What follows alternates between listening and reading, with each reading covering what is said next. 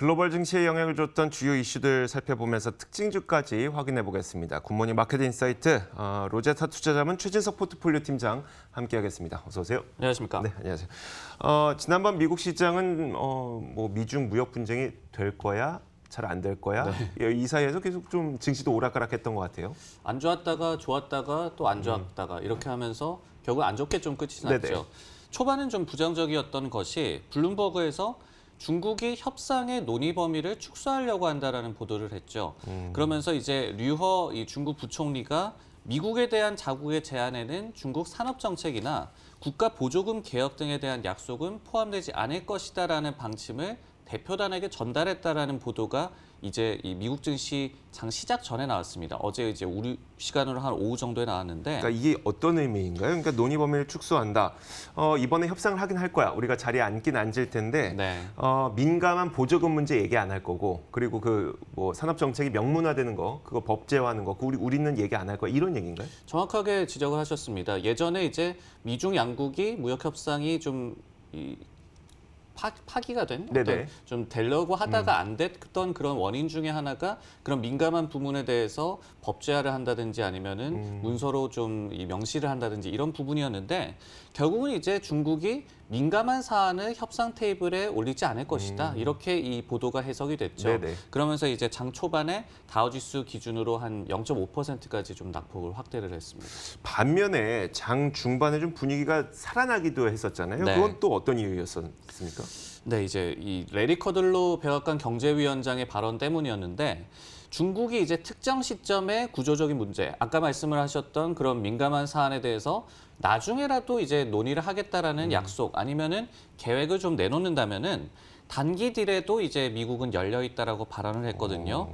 그러면서 이제 최근에 미국산 농산물 구매 확대 등의 중국이 보이고 있는 스탠스도 좀 더 협조적으로 바뀌었다 이렇게 얘기를 하면서 다우지수도 한 0.5%또 플러스로 전환을 하기도 했습니다. 결국은 장중에 한 1% 정도 등락이 됐다라는 얘기가 되겠는데 근데 또 이후에 나왔던 보도에서는 하나의 보도에서도 좀 혼재된 양상이 나타났는데 뭐냐면은 폭스뉴스를 통해서 중국 상무부가 양측이 합의 가능한 일부 부문에서 딜을 체결할 준비가 돼 있다. 네. 더 민감한 사안에 대해서도 내년에 논의 시점을 잡는 것 또한 준비가 돼 있다라는 보도가 나왔습니다. 그러면서 상승폭을 좀 확대하라는 움직임도 나왔는데 근데 또 지적재산권 관련 법 개정은 지금도 협상 사안이 아니고 앞으로도 절대 없을 것이다. 이런 내용도 또 나왔거든요. 네네. 하나의 뉴스에서. 네, 그렇습니다. 이 폭스뉴스에서 보도한 바에 따르면은 중국 상무부에서 이런 좀 혼재된 스탠스를 취했다고 해요. 이런 부분들이 또 나오면서 결국은 증시 역시도 한 방향으로 가기에는 좀 힘들었습니다. 뉴스를 보면서도 이렇게 헷갈리는데 네. 정말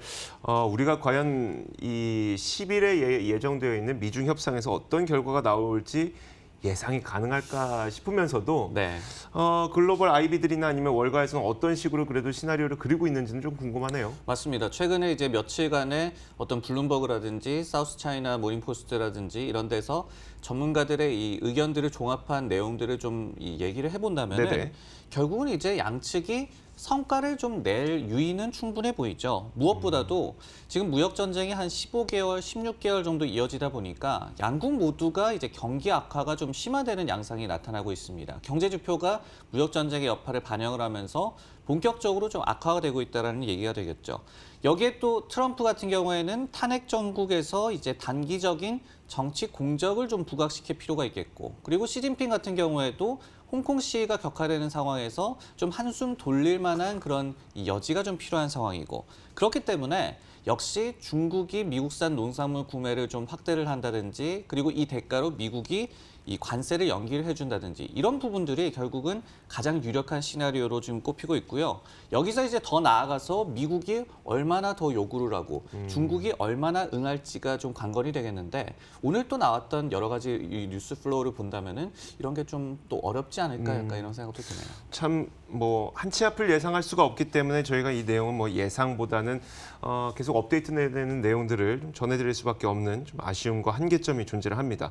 근데 이렇게 뉴스 뉴스 플로우라고 하는 거는 정말 예측 불가능하고 특히 이번 그 트럼프 대통령 자체가 예측 불가능하기 네. 때문에 그렇지만 이제 어느 정도 예측 가능한 그 증시의 가장 큰 요인이 있잖아요. 바로 기업 실적인데 다음 주부터가 본격적인 기업 실적 시즌에 들어가게 되죠. 네, 한 15일 현지 시간으로 이제 화요일인데 그때 이제 JP 모건이라든지 시티그룹이라든지 대형 은행들이 이제 3분기 어닝 시즌을 개시를 합니다. 네. 근데 아직까지 좀 전망치는 상당히 좀 좋지가 않습니다. 팩트셋에서 이제 10월 4일자로 이 전망한 바에 따르면은 3분기 S&P 500 기업들의 EPS가 전년 대비해서 4.1% 감소할 것으로 예상이 되고 있습니다.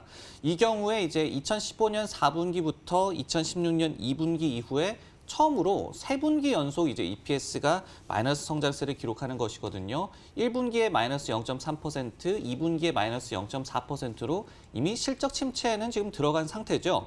그리고 이제 에너지 업종 같은 경우에는 국제유가가 좀 요동치기 때문에 실적도 좀 변동성이 크지 않습니까? 네네. 에너지 업종이 이번 3분기에 한 EPS가 30% 정도 감소할 것으로 예상이 되고 있는데 이 같은 변동성이 큰 에너지 업종을 빼더라도 골드만삭스에 따르면은 2016년 2분기, 그 전에는 2009년 2분기라고 하는데 이후에 3년 만에 EPS 역성장이 좀 우려된다고 하네요. 우리가 흔히 악재도 알고 있으면 악재가 아니고 호재도 알고 있으면 호재가 아니라는 말처럼 만약에 이번 기업 실적이 이렇게 안 좋게 예상된다고 하더라도 남들 다 예상하고 있으면 그래도 주가는 좀 긍정적이지 않을까라는 희망을 갖게 되거든요.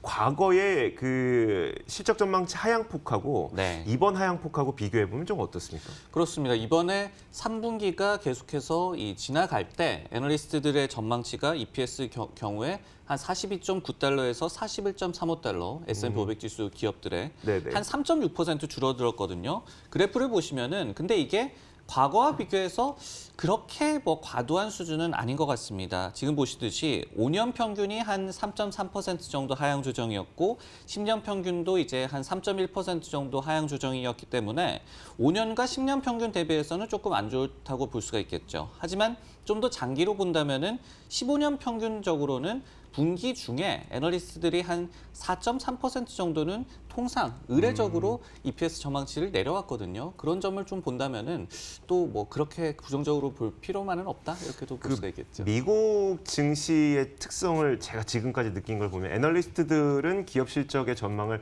상당히 좀 보수적으로 보더라고요. 그러니까 희한하게 우리나라에서는 조금 다른 게 이제 우리나라는 뭐 실적에 대해서 어떻게 보는지 모르겠지만 일단 주가에 대해서 되게 긍정적으로 보잖아요. 근데 미국에서는 뭐 주가에 대해서는 아주 긍정적으로 보는 거는 잘 모르겠지만 일단 실적은 굉장히 보수적으로 보더라고요. 근데 그게 항상 실적 시즌에 본격적으로 돌입하게 되면 이게 또 긍정적으로 작용하는 경우가 되게 많던데 눈높이가 너무 낮아져서 네. 이번에도 혹시 그런 시나리오가 될까요? 이번 3분기 어닝 시즌에서 그래도 좀 기대를 걸 만한 부분이 그런 부분인 것 같습니다. 역시 이제 낮아진 눈높이 효과 이런 부분이 좀 되겠는데 지금 이 최근의 추세를 보더라도 실제로 항상 전망치 대비해서 실제 실적이 나았죠. 1분기 같은 경우에도 전망치는 마이너스 4%의 EPS 역성장이었는데 실제로는 마이너스 0.3%가 나왔고 2분기에도 전망치는 마이너스 2.7%였는데 마이너스 0.4%로 나왔습니다. 두 번째로 어닝 시즌과 관련해서 그나마 좀 고무적인 부분은 지금 그래프에도 나오듯이 2020년에 대한 실적 기대감은 아직까지 유지가 되고 있다는 얘기가 되겠죠. EPS 같은 경우에도 계속해서 전년 대비해서 10% 이상 성장이 기대가 되고 있고 그리고 매출 성장률 같은 경우에는 지금 한 6%에 근접을 하면서 오히려 시간이 지날수록 전망치가 올라가고 있습니다. 저희가 네. 미국 기업들의 이제 실적을 볼 때 2018년에 한 EPS가 전년 대비 막 20%씩 늘고 그랬거든요. 네네. 근데 이때는 어떤 세금 감면 효과가 좀 극대화됐던 시점. 근데 이러다 보니까 19년에는 상대적으로 좀 좋지 않을 수밖에 없겠고 네. 그러면 이제 2020년에는 본격적으로 진짜 실적을 좀 가늠하는 그런 지표가 될 텐데 이런 부분들을 본다면은 그나마 2020년에 대한 기대감은 살아있다 이런 부분들이 미국 증시를 좀 지탱하는 것 같습니다. 네, 알겠습니다. 자, 이렇게 특히 미국 기업들의 그 실적 시즌은 그냥 그러니까 단편으로 이번 실적이 어떻게 될 것 같습니다보다는 이런 추세 그리고 이 방향성이 더 중요하기 때문에 이런 방향성까지 한번 이야기를 해주신 겁니다. 자, 이어서 그 특징 종목도 한 가지 살펴보도록 할 텐데 반도체주 엔비디아를 들고 오셨어요. 하필이면 또 오늘이 삼성전자의 또 잠정 실적 발표를 하는 맞습니다. 날이다 보니까 관심이 될 수밖에 없어요. 자, 한번 주가 살펴볼까요?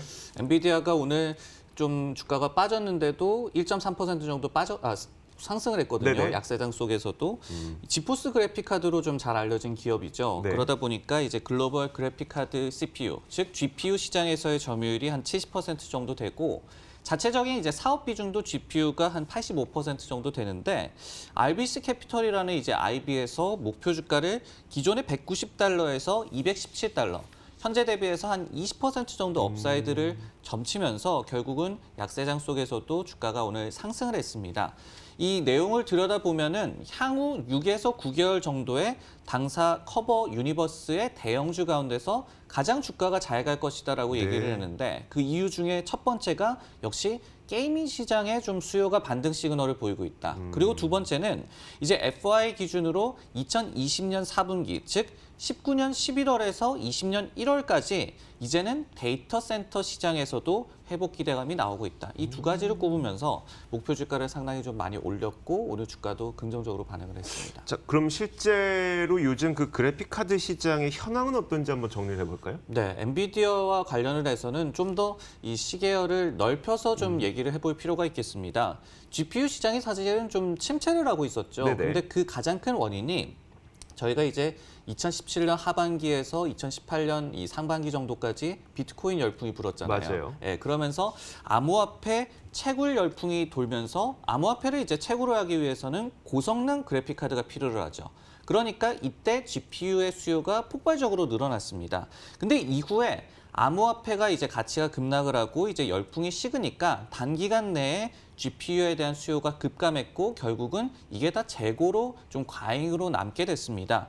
그렇기 때문에 엔비디아 같은 경우에도 당시에는 매출 성장률이 한 30에서 40%까지 되다가 이제는 FY 21분기, 즉 19년 2월에서 4월까지 마이너스 31%, 그리고 19년 5월에서 7월까지 같은 경우에도 매출이 마이너스 17%의 성장률을 기록을 하면서 상당히 좋지 않았습니다. 근데 이제 4분기를 기점으로 이제 재고 문제가 좀 해결이 되고 좀 반등 시그널이 나올 것이다라는 얘기들이 많이 나왔었는데 오늘 RBC의 분석은 여기에 좀 더 힘을 보태줬다고 볼 수가 있겠고 실제로 이제 올해 3월에 엔비디아 CEO도 재고 처리 과정이 이제 거의 끝났다라고 얘기를 했었고 또 6월에도 마이크론 테크놀로지가 GPU 재고 소진에 대한 언급을 한 바가 있기 때문에 어떻게 본다면은 좀 그런 플로우가 서서히 좀 회복되는 그런 시그널로 좀 흘러가고 있는 것 같습니다. 알겠습니다.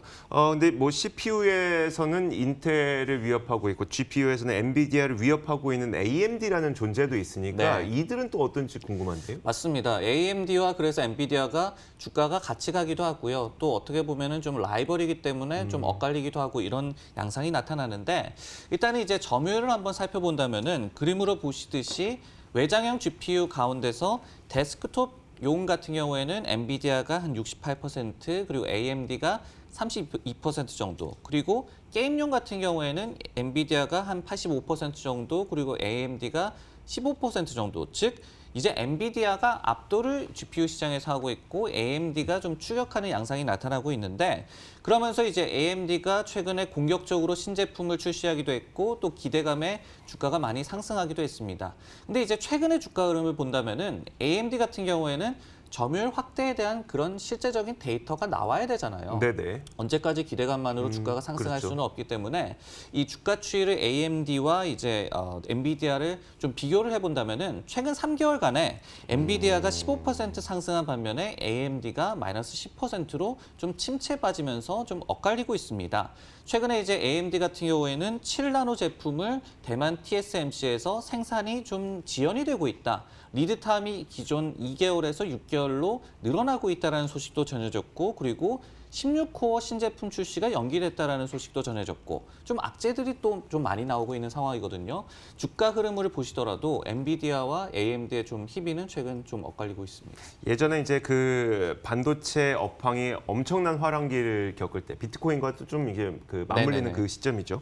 그때는 뭐 엔비디아건 뭐 AMD건 마이크론 테크놀로지건 상관없이 다 같이 올랐겠지만 지금은 좀 업황이 안 좋다가 턴어라운드 하는 시점이기 때문에 여기서는 좀 주가 흐름이 많이 엇갈리는 것 같습니다. 네. 알겠습니다. 저희가 AMD, 엔비디아 다 살펴봤습니다. 로제타 투자자본 최진석 포트폴리오 팀장과 이야기 나눠봤습니다. 고맙습니다. 네, 고맙습니다.